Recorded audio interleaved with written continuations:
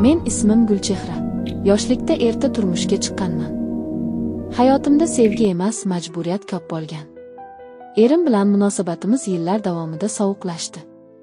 Ko'proq ona, bekalik, sabr va jimgina yashash rolini o'ynadim. Yolg'izlik ichimni yeb bitirar, lekin tashqaridan hech kim buni sezmasdi. O'g'lim Shahzod esa universitetda o'qirdi, bilimli, tarbiyali bola. Bir kuni u uyga kursdoshi Shahbozni olib keldi. Bir qarashda oddiy yigit edi. Lekin nigohi, o'sha nigohda nimadir bor edi.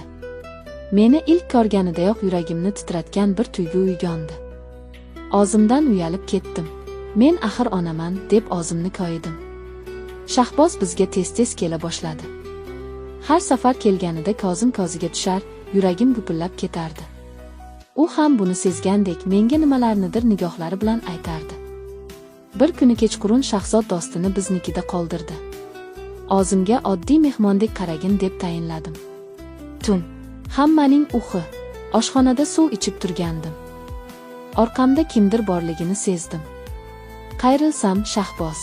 Ko'zlarimiz to'qnashdi. O'sha daqiqada hech narsa aytilmadi, lekin yuraklarimiz bir-birini topdi.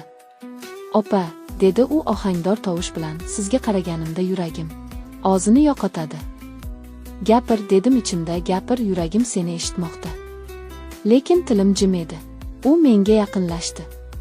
Nafasi yuzimga urildi. Yuragim urardi, lekin bu safar bu urish qo'rqinchdan emasdi, bu sevgi edi.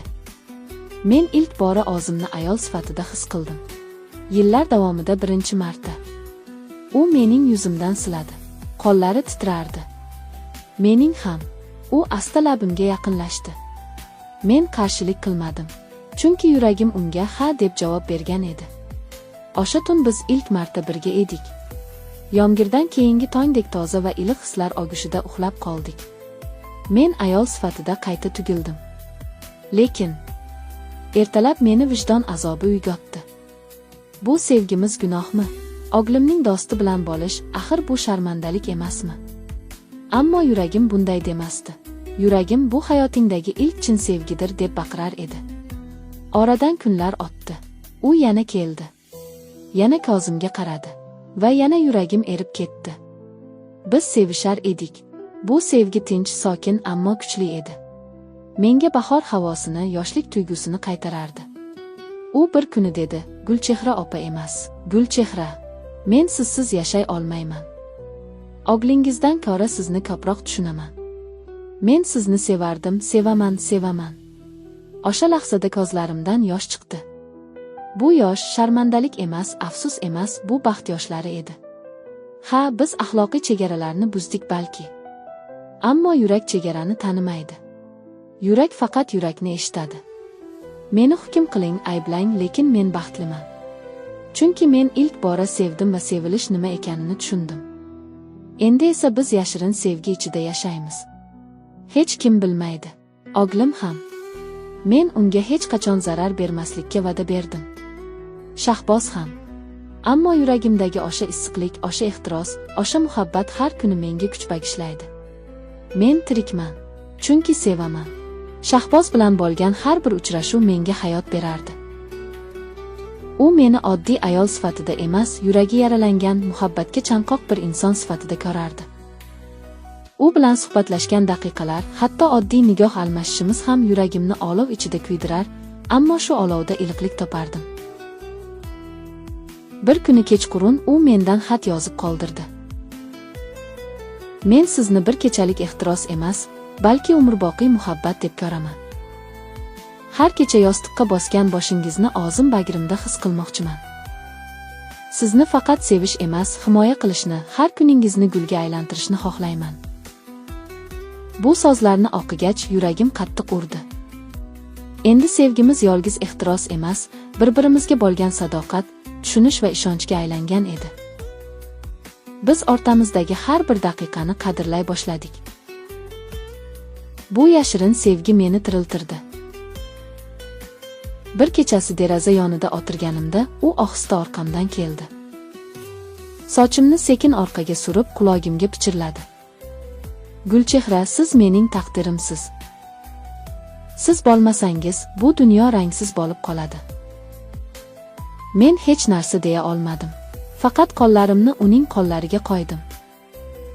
Yuragim baland urardi, ammo bu yurak urishi qo'rquv emasdi.